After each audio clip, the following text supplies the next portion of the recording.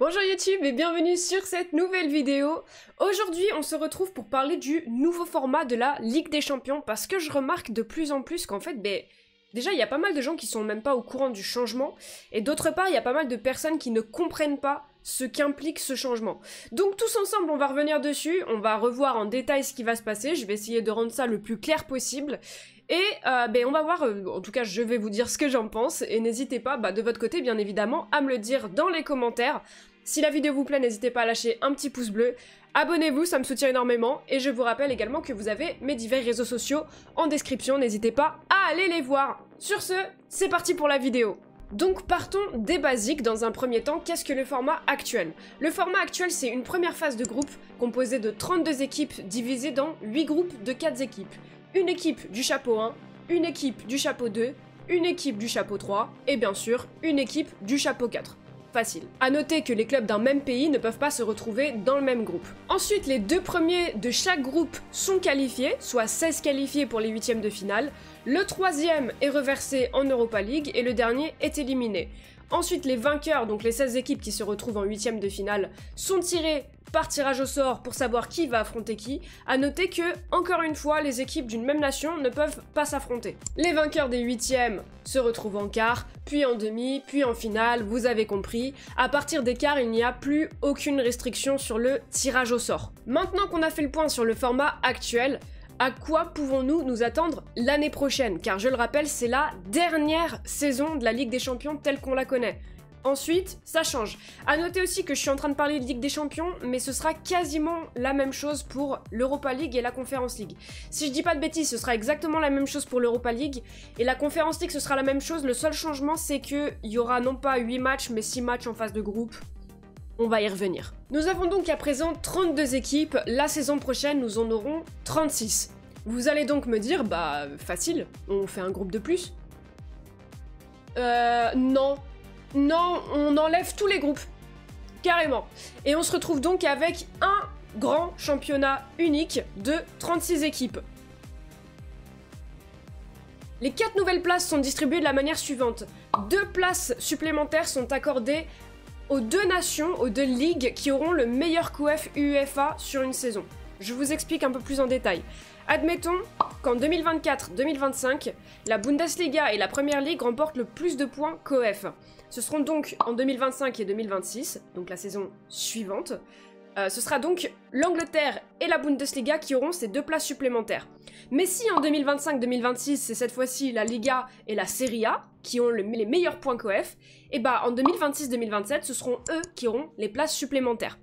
Ensuite, on a une place en plus pour la 5e nation européenne. C'est la France! Et une place supplémentaire pour les clubs issus des barrages. Revenons-en à notre championnat de 36 équipes. Chaque équipe affrontera 8 équipes différentes. Fini les matchs aller-retour.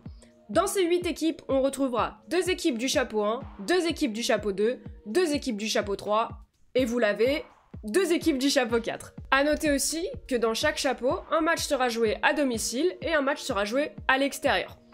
Je vais vous prendre un exemple pour être sûr qu'on a tous bien compris. Prenons l'exemple du premier vainqueur de championnat qui va être dans le chapeau 1, à savoir l'Inter. Je vous expliquerai pourquoi pas les Leverkusen dans une seconde, ne m'assassinez pas dans les commentaires, c'est fait exprès. Donc, prenons l'exemple de l'Inter qui, eux, seront chapeau 1. Admettons qu'ils tirent le Real et le Bayern dans le chapeau 1. Ils vont jouer peut-être par exemple le Bayern à domicile et donc le Real à l'extérieur. Admettons chapeau 2, ils affrontent l'Atlético et la Juve. Juve à domicile, Atlético à l'extérieur. Vous avez compris, etc., etc. pour le chapeau 3 et le chapeau 4. Les 8 premiers du classement sont automatiquement qualifiés pour les 8e de finale. Ensuite, on retrouve de la 9e place à la 24e place les barragistes, soit 16 clubs. Les 8 premiers de ces 16 clubs, de la 9e place à la 16e place, ont l'avantage du terrain. Donc alors, non seulement l'avantage du terrain, mais également ne s'affrontent pas en eux. Donc les 8 premiers affronteront un des 8 derniers par tirage au sort et auront en plus l'avantage du terrain. Ensuite, de la 25e place à la 36e place, on retrouve donc les clubs éliminés. Et oui, fini le repêchage en Europa League. Une fois les barrages achevés, place au système que nous connaissons. Donc les 8 premiers qualifiés affronteront un des vainqueurs barragistes par tirage au sort avec l'avantage du terrain. J'ai dit il y a quelques instants que j'allais revenir au cas de Leverkusen, on va le faire maintenant. Parlons des chapeaux, qui sont selon moi le point clé de cette réforme que l'UEFA ne met volontairement pas en avant pour cacher la faille de son système dit plus équitable. Les 36 équipes sont équitablement divisées en 4 chapeaux de 9 équipes. Et grâce à cette réforme, fini les places garanties en chapeau 1. Il n'y a qu'une seule place qui est garantie et elle est réservée aux vainqueurs de la Ligue des Champions. Vainqueur qui, si nous sommes réalistes, sera un membre du top 9 et donc un chapeau 1 quoi qu'il arrive. Et admettons même que le vainqueur ne soit pas un membre du chapeau 1, sachant qu'une campagne de champion rapporte grosso modo 30 000 points UEFA, le vainqueur y serait probablement dans ce top 9. Sauf peut-être Arsenal qui part de très loin avec plusieurs années sans campagne de Ligue des Champions. Donc, qu'est-ce que cela sous-entend? Tout simplement qu'un club comme Leverkusen qui finit la saison champion d'Allemagne, pour l'instant invaincu, ne sera pas chapeau 1. Pourquoi? Car ils sont 14e au COEF UEFA. Alors certes, Chelsea qui est devant eux ne va pas être qualifié, donc ça leur fera gagner une place, mais ils n'en gagneront quasiment à coup sûr pas assez pour être chapeau 1. A l'inverse, le Bayern qui n'a pas été champion sera chapeau 1 grâce à son coefficient. Alors certes, il faut relativiser l'importance des chapeaux maintenant, non? Puisque c'est un des changements qu'on peut considérer comme positif. Sachant que les clubs du chapeau 1 maintenant s'affrontent, contrairement à notre système actuel, il y a moins d'enjeux à ne pas y être. Bah c'est en tout cas ce qui est mis en avant pour promouvoir ce changement de système. Personnellement, j'y adhère pas, et je vais vous expliquer pourquoi, sortez le popcorn.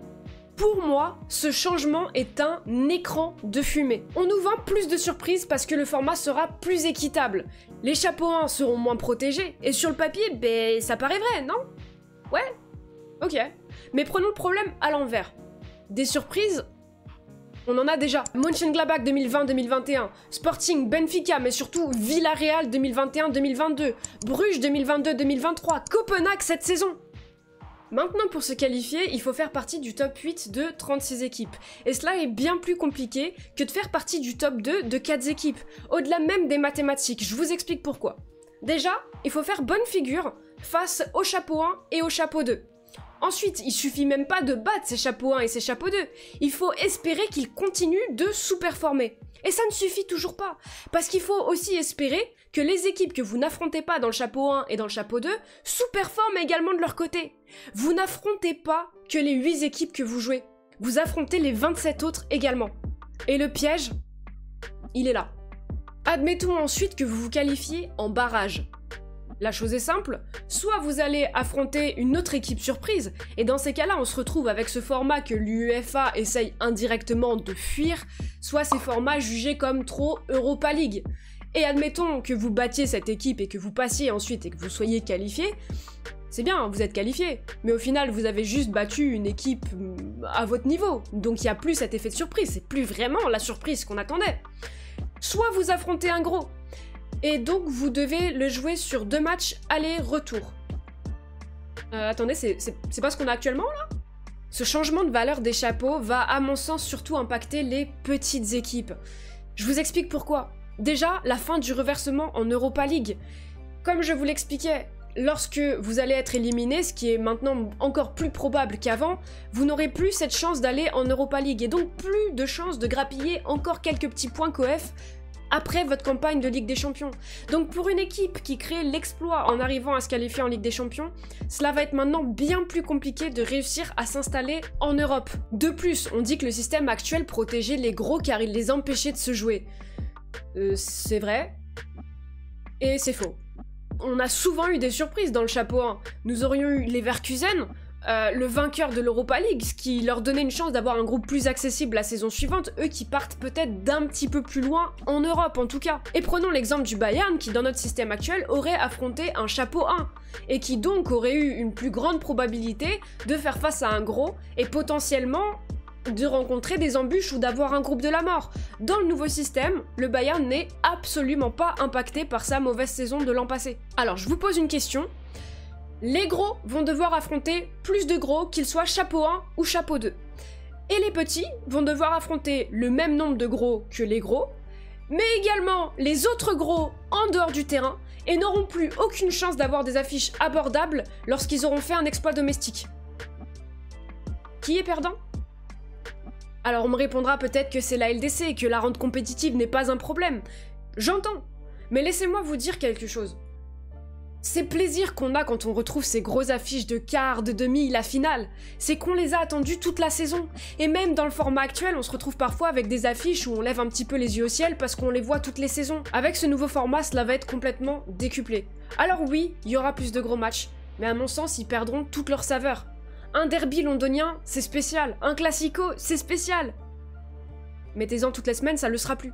Ce nouveau format est évidemment un compromis de l'UEFA face à la Super League.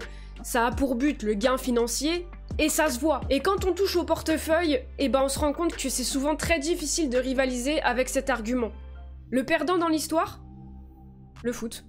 On américanise notre sport dans une quête perpétuelle du bénéfice, et le problème, c'est que la quête du bénéfice, elle s'arrête jamais. On n'a jamais assez de bénéfices. Si demain je dégage 100 € de bénéfices, j'en voudrais 200, puis 500, puis 1000, etc., etc. Et encore une fois, ça s'arrête pas dans le raisonnable. Parce que si je dégage 1 million de bénéfices, j'en voudrais 5, puis 100, et 500, puis 1 milliard. Ça ne s'arrête jamais. La boucle, elle est sans fin. J'espère vraiment de tout cœur me tromper sur mon analyse de ce nouveau format. On aura la réponse dans plusieurs années, 10, 15, le temps d'avoir assez de recul. Je sais pas si je serai encore ici pour en parler, mais je peux pas m'empêcher à l'heure actuelle d'espérer un retour au format qu'on connaît, qui n'est pas forcément parfait, mais qui aurait en tout cas dû et pu être retravaillé d'une bien meilleure façon. Avant de conclure, je vais finir sur une note positive quand même. Pour moi, la seule bonne et la seule vraie bonne nouvelle de cette réforme, c'est le suspense. Avec 36 équipes qui vont s'affronter en 8 journées, peut-être qu'une ou deux sera déjà qualifiée à la dernière journée, mais globalement ça va rester vraiment très ouvert jusqu'au bout, et on risque d'avoir plusieurs places et plusieurs places déterminantes qui vont se jouer à la différence de but, ce qui annonce des dernières journées extrêmement pimentées. J'espère que cette vidéo vous aura plu, si c'est le cas n'hésitez pas à lâcher un petit pouce bleu. Dites-moi votre avis sur ce nouveau format dans les commentaires, peut-être que vous avez des arguments que je n'ai pas évoqués, et si c'est le cas, dites-le moi. En tout cas, si jamais vous aimez le contenu sur la chaîne, n'hésitez pas à vous abonner, bien sûr, et je vous rappelle également que vous avez mes divers réseaux sociaux en description de la vidéo. Sur ce, je vous souhaite une très belle semaine, et je vous dis à très bientôt pour une nouvelle vidéo. Ciao ciao!